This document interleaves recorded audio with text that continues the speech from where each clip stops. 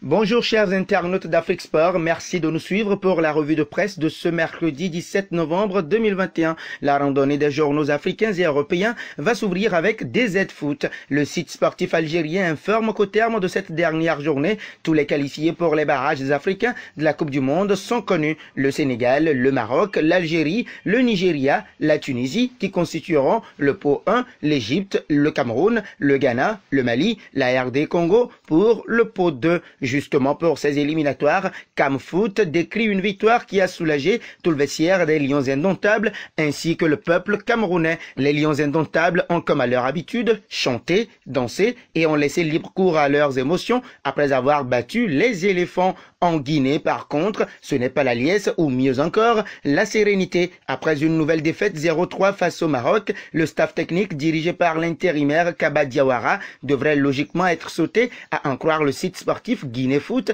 pour éviter une nouvelle contre-performance à la CAN 2021. C'est en Argentine que nous allons faire la première escale. L'Argentine s'est qualifiée pour la Coupe du Monde 2022 avec un match nul 0-0, un super classico contre le Brésil sans Neymar.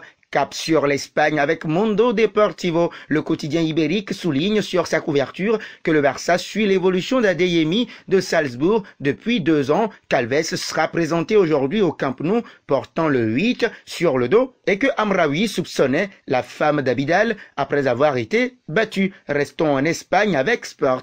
Sur sa couverture comme thème principal, option Ziyech. Le Barça pourrait activer le prêt de l'ailier de Chelsea face à la difficulté de clôturer la signature de Sterling. Le mercato se poursuit et pour ce mercato estival, As, trident anti-tchèque. Le quotidien madrilène sort une une pour assurer que le Real Madrid va se renforcer en attaque pour répondre au PSG et à Manchester City. On apprend ainsi qu'il tentera sa chance dès janvier 2022 pour Kylian Mbappé, qu'il prolongera Vinicius Junior incessamment sous peu et enfin qu'il compte sur l'envie d'Erling Haaland de vivre en Espagne pour l'attirer à l'été 2022. Roberto Montini y pense fortement. Nous sommes là en Italie et c'est avec Tuttosport.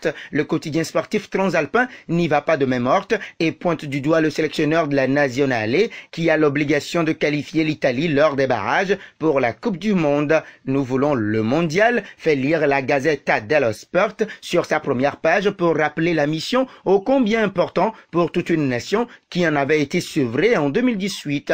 Et pour Corriere dello Sport, Montini est contre tous. Obligation de résultat pour ne pas se voir coiffé au poteau. C'est en France que notre tournée va prendre fin avec la belle finition des Bleus. Les magnifiques fait lire en couverture le quotidien sportif français L'Équipe, comme pour dire que Mbappé est toujours éblouissant. Passeur puis buteur, Kylian Mbappé a encore une fois été essentiel lors de la victoire de la France en Finlande ce mardi 2-0. Voilà qui met un terme à la revue de presse de ce mercredi 17 novembre 2021 sur Afrique Sport. Merci de l'avoir suivi et si c'est votre première fois de découvrir notre chaîne, n'hésitez pas à vous y abonner et d'activer la petite cloche pour ne rien rater de nos informations sportives. La question du jour, si le Real Madrid pourrait réussir son coup dès janvier et comment? Vos réactions seront très attendues en commentaire. À demain.